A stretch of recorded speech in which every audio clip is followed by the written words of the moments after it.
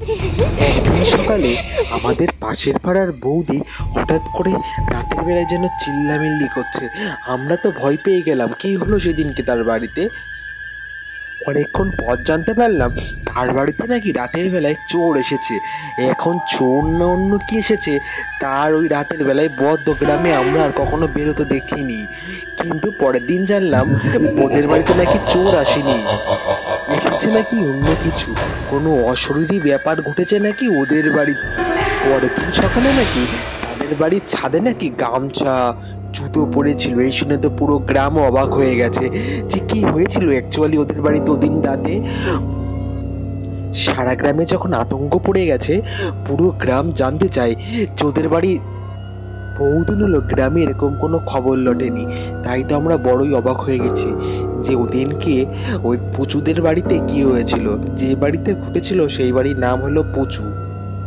গ্রামে বড় বড় মোড়ল সাহেব আছে, তারা তো বলছে ওই বাড়িতে নাকি কোনো কালো ছায়া পড়েছে। এদিকে তো প্রচুর বউ কান্না করতে করতে প্রায় অর্ধেক শেষ হয়ে গেছে, আমার বাড়িতে কি হলো, আমার বাড়িতে কি হলো। কিন্তু সেই নিয়ে কোনো সদুত্তর পাওয়া যায়নি।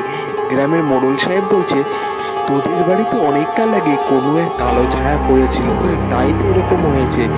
আর এইসব হওয়ার জন্য তোদের বাড়ির কোনো ক্ষতি হবে না, তোরা এখন বাড়ি যা, বাড়ি গিয়ে থাক। আর আমাদের পুরো গ্রামকে জ্বালাস না, তোদের একটা বাড়ির জন্য পুরো গ্রাম কখনো বলি হতে পারে না, তোরা গ্রামের মধ্যে চলে যায়। এই কথা শুনে পুচু বড় কষ্ট পেল।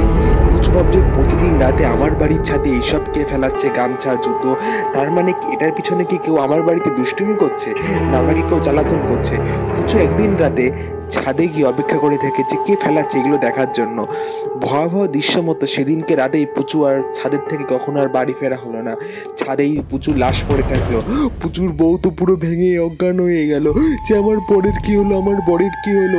এই কথা শুনতে শুনতে তো পরের দিন সকালে বলছে আরে কি তোমার বরের কিছু হয়নি, তোমার বরের সামান্য মাথাটা ঘুরে গেছে, তাই একটু অজ্ঞান হয়ে গেছে, ওকে একটু রেস্ট করতে দাও, দেখবি ওর দিব্যি ঠিক হয়ে যাবে, আর ও আগের থেকে এখন অনেকটা ভালো আছে।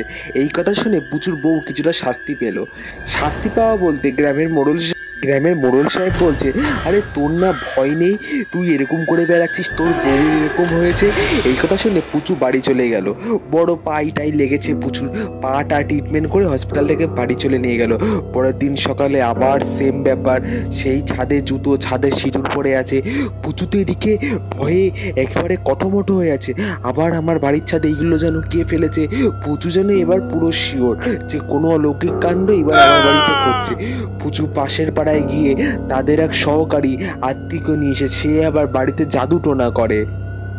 সে তার বাড়িতে ঢুকে বলছে আরে তোমার বাড়িতে তো অনেকদিন ধরে তো একটা কালো ছায়া পড়ে আছে, এই কালো ছায়া যতদিন তুমি তোমার বাড়িতে না কাটাবে কোনো রকম ভাবে তুমি কোনোদিনও স্বস্তি পাবে না।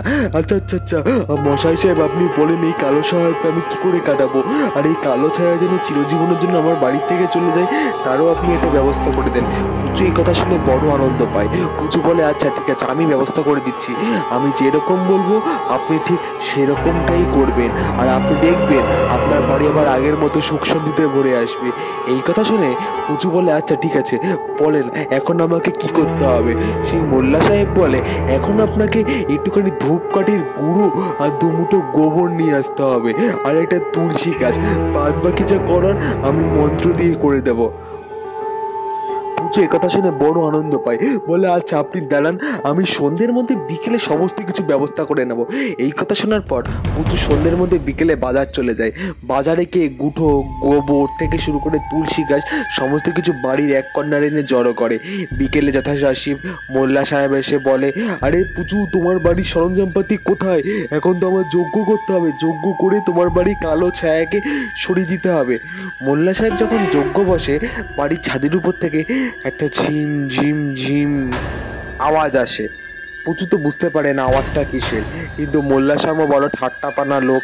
মোল্লা সাহেব বলে আরে তুমি ওইসব ভয় পেও না, আমি আছি তো তোমার বাড়িতে, এখন তোমার বাড়ির একটা চুনোপুটিও গাছ কিছু হবে না, আমি সমস্ত দিক থেকে তোমার বাড়িকে রক্ষা করে নেব।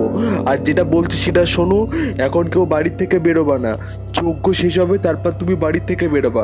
পুচু মোল্লা সাহেবের কথা মতো বাড়ির মধ্যেই বসে থাকে এবং যতক্ষণ অবধি যজ্ঞ না শেষ হয় যজ্ঞের একদম পাশেই বসে থাকে এবং যজ্ঞ শুরু শুরু হয় কিছুক্ষণের মধ্যে, ওম রিং সাহা, এবং যজ্ঞ শুরু হওয়া কিছুক্ষণের মধ্যে বাড়ির মধ্যে থেকে একটা কালো ধোঁয়া যেন চারিপাশ থেকে বেরোতে থাকে। পুচু আর মোল্লা সাহেব দুজনেই প্রথমে ভয় পেয়ে যায়। পরে মোল্লা সাহেব পুচুকে আশ্বস্ত করে, না, তোমার বাড়িতে যে কালো ছায়া ছিল সেটা তোমার বাড়ি থেকে চলে যাচ্ছে, এতে ভয় পাওয়ার কিছু নেই। পুচুর মনে এবার স্বস্তি আসে। এইবার ধীরে ধীরে পুচু যখন বাড়িতে যজ্ঞ করে আস্তে আস্তে পুচুর বাড়িতে সুখ শান্তিতে ভরে ওঠে এবং পুচু আগের মতো বাড়িতে আবার থাকতে পারে, আর তার বাড়ির ছাদে কোনোদিনও কোনো আওয়াজ হতো না। এই কল্পনাটা ঘটেছিল খুবই সত্য একটি ঘটনা, যেটা বাংলাদেশের কুমিল্লা জেলায় ঘটেছিল। চ্যানেলটিকে লাইক করে সাবস্ক্রাইব করে দেবেন বন্ধুরা।